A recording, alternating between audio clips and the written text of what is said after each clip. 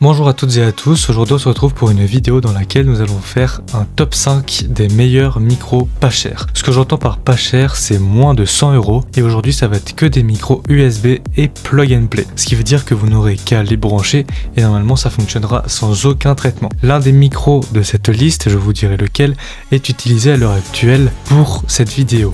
C'est celui que j'utiliserai pour toutes mes vidéos, comme ça vous pourrez avoir une idée du rendu, de la qualité sonore du micro que je vais pouvoir proposer. Sachant qu'il n'y a aucun traitement et pas d'environnement voix off, le micro est enregistré de manière totalement lambda pour une personne totalement lambda. Donc on ne va pas perdre de temps, on va commencer par le numéro 5.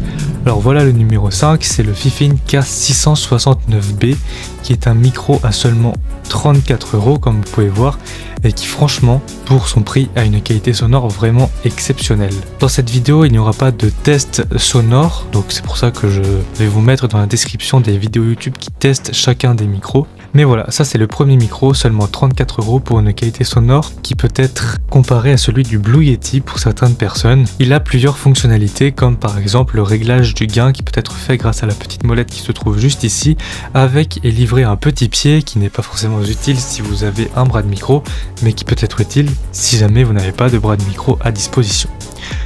En quatrième position, nous retrouvons le Beurre du M1. Un Beurre du M1, c'est un micro qui est extrêmement connu, qui coûte un peu moins de 50 € et qui franchement fait largement le taf. Petit point négatif quand même, c'est les fonctionnalités. Vous n'aurez pas la possibilité de mute le micro ni de régler le gain. C'est pourquoi ça peut poser problème pour certaines personnes qui ont énormément de réverbération dans leur pièce. Cependant, mis à part ça, c'est un excellent micro, un excellent choix que je conseillerais à n'importe qui veut un micro de bonne qualité, que ce soit qualité de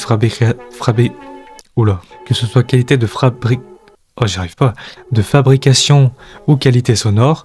C'est un très bon compromis entre le prix et la qualité qu'il offre. En troisième position, on retrouve le Razer Seren V3 Mini qui est disponible en blanc mais aussi en noir et en rose pour ceux que ça intéresse.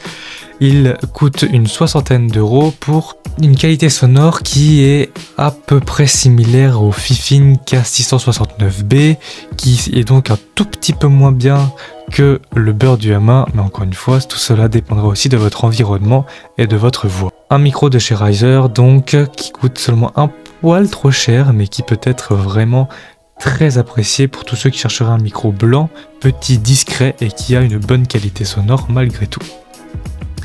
En deuxième position, encore un micro de chez Fifine qui est lui à la fois USB et XLR, donc pour ceux qui ont une table de son ça pourrait être très pratique. Il a du RGB, plusieurs fonctionnalités et un bouton mute ainsi qu'un bouton pour le RGB. C'est un très bon micro qui est compatible avec n'importe quel appareil et franchement pour le prix c'est presque donné. La qualité sonore peut être comparée à un Shure SM7B même si on sent que c'est pas d'aussi bonne qualité. Voilà, donc si vous avez 80 € à mettre dans un micro, c'est dans celui-là que je recommanderais. Et en première position, nous avons le Fifine K658 qui est le micro que j'utilise actuellement sans aucun traitement, voilà, je préfère le dire.